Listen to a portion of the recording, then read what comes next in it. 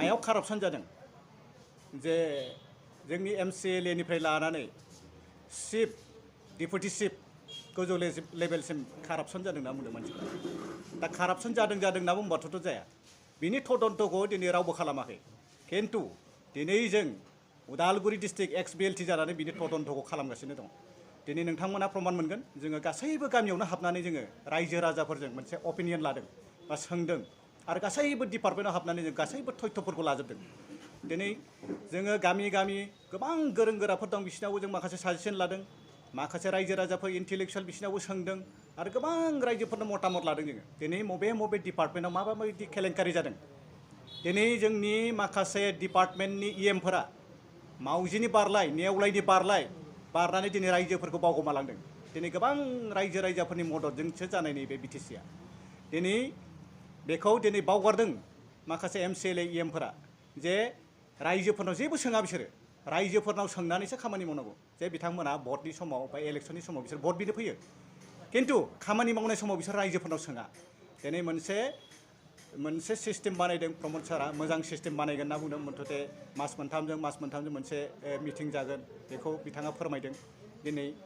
जों बे कारापसननि बेलायाव जोङो माखासे तथ्यफोरखौ रायजोफोरनिफ्राय सोंनानै माखासे अपिनियन लानानै माखासे कारापसननि माबाया ओंखारबाय बेखौनो आं नोंथांमोननि सिगाङाव बुंथिनानै होनो सानदों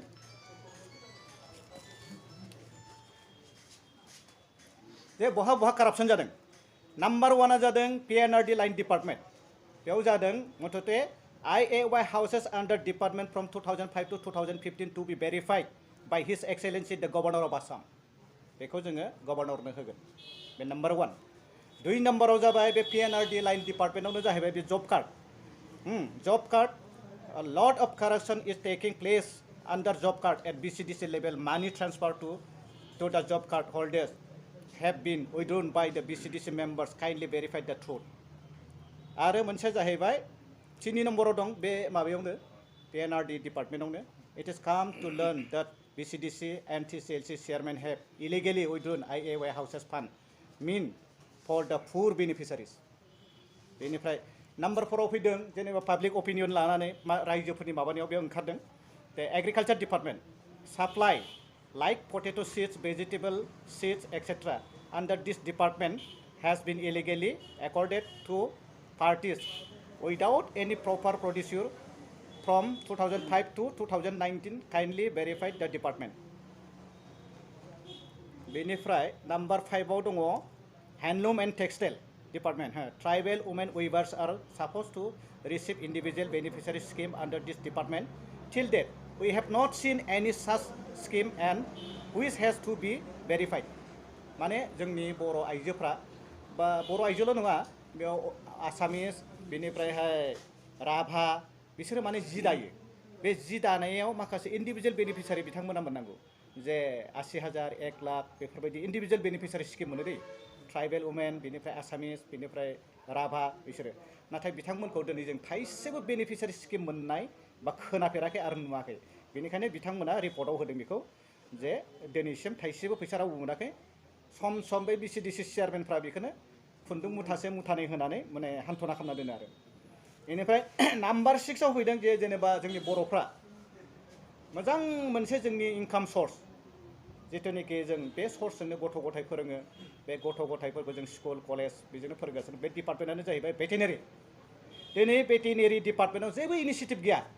भेटेनारि डिपार्टमेन्टआ थैनानैसो दं गोबावजों जों नुयो बेयाव माबा मोसौ खासि खालामनाय बोरमा खासि खालामनाय बेल'सो नुयो आरो खिन्थु बेयाव जेबो इनिसिएटिभ गैया जेबो मेडिसिन गैया जेबो माने एवारनेस गैया बेखौ जों नुनो मोन्दों भेटेनारि department we have not seen any initiative or awareness program for individual beneficiary scheme under this department. Till date, this department needed to be verified, not receive the fund and fund provided to people who do not deserve under this scheme. Kindly verify the fact. बे मोनसे बेनिफ्राय number 8आव जोङो मानसिफोरनाव माने opinion लादों नालाय मानसिफोरा जि बुंबाय थादों जों बेखौनो माने ओंखारदों दायो माबायाव दा नम्बर 8आव जाबाय WPT and BC department. Now the fund has been misutilized by only supplying yarn, mosquito net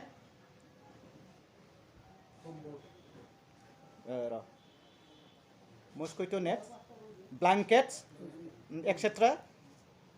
to the beneficiaries. We request His Excellency to inquire in details the department. बे ओमफ्राय नाम्बार 9 आव जाहैबाय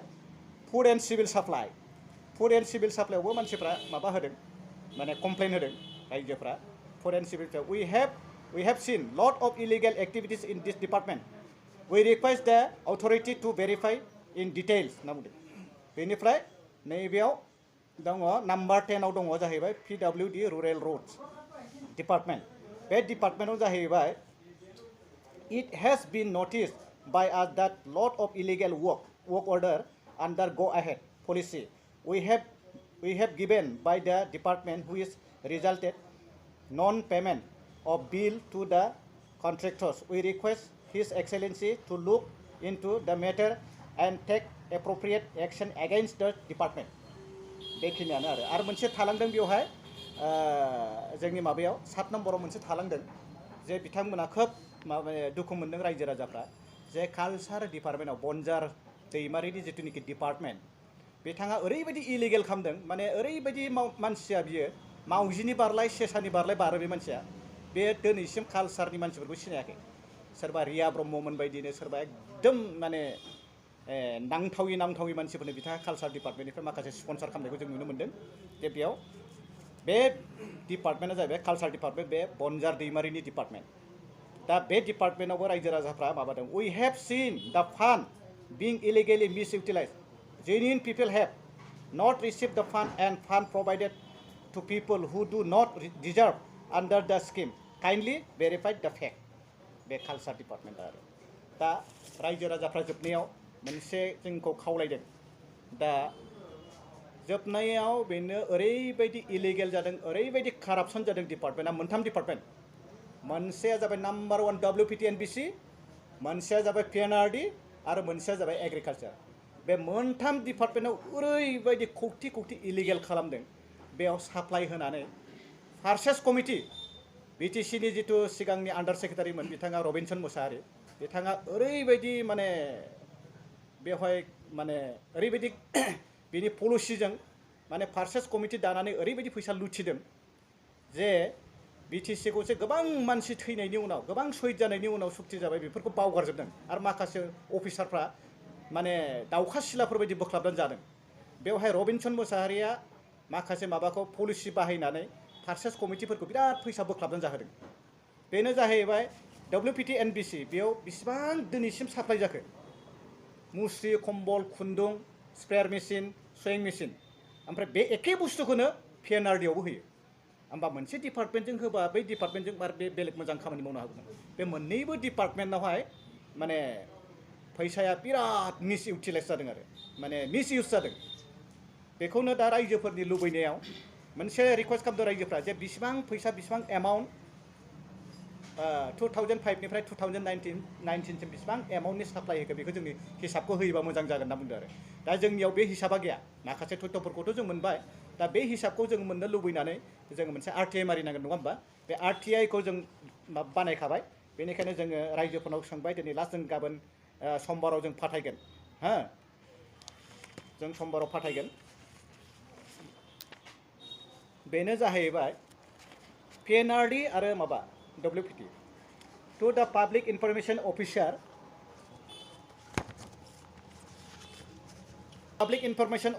WPT and BC department Kokrazar BTAD Assam subject information sought under RTI Act 2005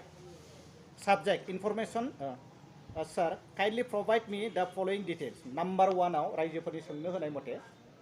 number 1 आव जों सोंनो लादों supply of yarn एबा खुन्दुं साप्लाइ ना since 2005 to 2019 kindly provide me the total amount spent for the supply of yarn in 4 districts of BTAD Assam बे खुन्दुं supply होयो बे WPTNBC आव ओमफ्राय नाम्बार 2 जाबाय साप्लाइ अफ ब्लांकेट्स ओमफ्राय नाम्बार 3 आव जाबाय साप्लाइ अफ स्पेयार मेसिन बेनिफ्राय नाम्बार 4 आव जाबाय supply of sewing machine spray machine आरो सुइं मेसिन बे एखे बुस्थुखौनो आरो PNRDआवबो होयो होमबा बाय डाबल बिसोरो फैसाखौ माने दाउखा सिलाफोर बायदि खेबफ्ल' जादों बे फार्सेस कमिटिफ्रा बेनि सिगाङाव जों नुदोंमोन बे टिभिफ्राव जों नुदोंमोन ना बे जेनेबा माबाया मा होनो नारायण देब प्रिथिराज ना मा बे फार्सेस कमिटि किबा धनेश्वर गयारि ना मा गयारि बेखौथ' जों बुंनो थांला खिन्थु माखासे फार्सेस कमिटिफ्रा ओरैबायदि दाउखा सिलाफोर बायदि बोख्लाबना जादों बिटिसिनि फैसाखौ दा रायजोफ्रा जेरैबायदि खालामदों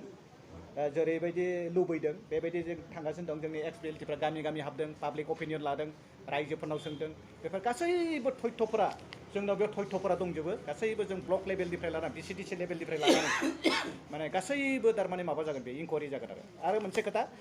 थारमाने माबायावहाय जेनेबा बिसिडिसि लेभेलाव माने आइ वाइ नुवा दै बे आइ वाइ नुवा मा जानांगौ बियो थारमाने माने penalty line department measurement book MB होनना बुङो बेखौ चेक खालामगोन थारमाने जों रायलायदों गभर्नरजोंबो थारमाने बे बुस्थुआ बे एमबिखौ चेक खालामगोन आरो मेजारमेन्ट बुक आइ वाइ न'नि माने सोरनि बे एमबिजों सोरनि न'आ मावदों मावाखै बे ओंखारजोबगोन दा मानसिफ्रा फैसाखौ बख'यो जायो जानानै खिगे जाखांबाय सोर हमनो बेखौ सानदों खिन्थु रैखा गैया सासेबो बेयाव बे बिसिडिसि लेभेलनिफ्राय लानानै सोर फैसा बख'दों सोरनि माबायाव थांदों बे जैया थैग्रोगोन बेनि उनाव चेयारमेननि उनाव एमसिएलए इएम गासिबो बिसोर जेलाव थांजोबनांगोन बे आरो दा जों बेखौनो गासैबो जों जमा खालामगासिनो दङ रायजोफोरनाव सोंदों गामि गामि हाबदों गामि गामि हाबनानै जों तथ्यफोरखौ जमा खालामदों बेखौ जों जमा खालामनानै जोङो गभर्नरनोबो होगोन प्लास जों हम मिनिस्ट्रियाव जों रायलायगासिनो दं हम मिनिस्ट्रियाव रायलायनानै जोङो पारमिसन लागोन जों आन्डार सेक्रेटारिजों रायलायगासिनो दं हम मिनिस्ट्रियाव बेनिफ्राय जों डाइरेक्ट जों हम मिनिस्टारखौबो लोगो हमगोन जों माखासे बे बिसिबांनिखि कारापसननि माबा बेखौ जों दिल्लीयाव गथायगोन दिल्ली सरकारनो गभ अफ इन्डिया जों गभर्नमेन्टनो गथायगोन आरो